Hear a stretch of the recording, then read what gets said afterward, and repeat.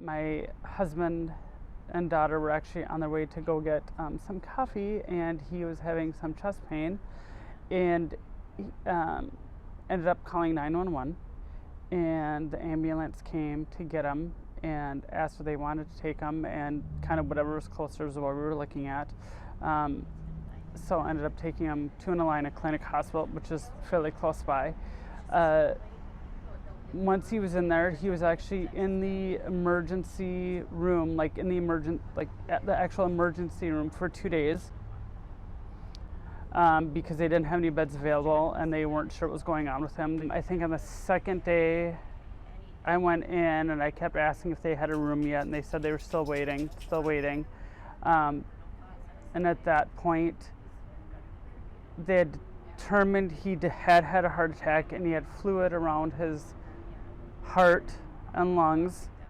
Eventually, he did end up in a room upstairs, and they told us that they had to do an angiogram. So they did the angiogram, and then they found out that one of the arteries was 70% blocked, the other one was 100% blocked. It was the next day or so after they did do another angiogram, and then they did a stent. But the whole time, there really wasn't any communication at all with me or my husband really on what was going on. I think it's been 5.5 years since he lost his legs.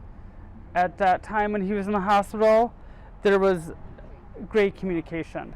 And they told me that at that time when he was losing his legs, that the vascular surgeon and the cardiovascular and the nephrologist, like the team, they were all meeting and they told me what was going on. It was great. This time, there wasn't any. I've learned that you have to be your own advocate. You have to stand up for yourself, and that's really sad, especially because you really try to count on the people that are there because they have the education, they know what's going on, and it's a human life, so you count on them to do the best for you. But then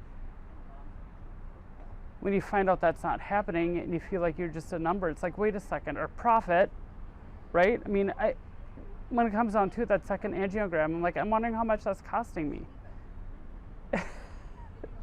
And was it really necessary? I don't know. I work hard. Try to pay my bills. Do everything right you're supposed to do. And I make a decent money, but I'm still struggling. It's so hard. Help me understand, maybe, or if you can't help me understand, then change your ways and take care of things. Help people out.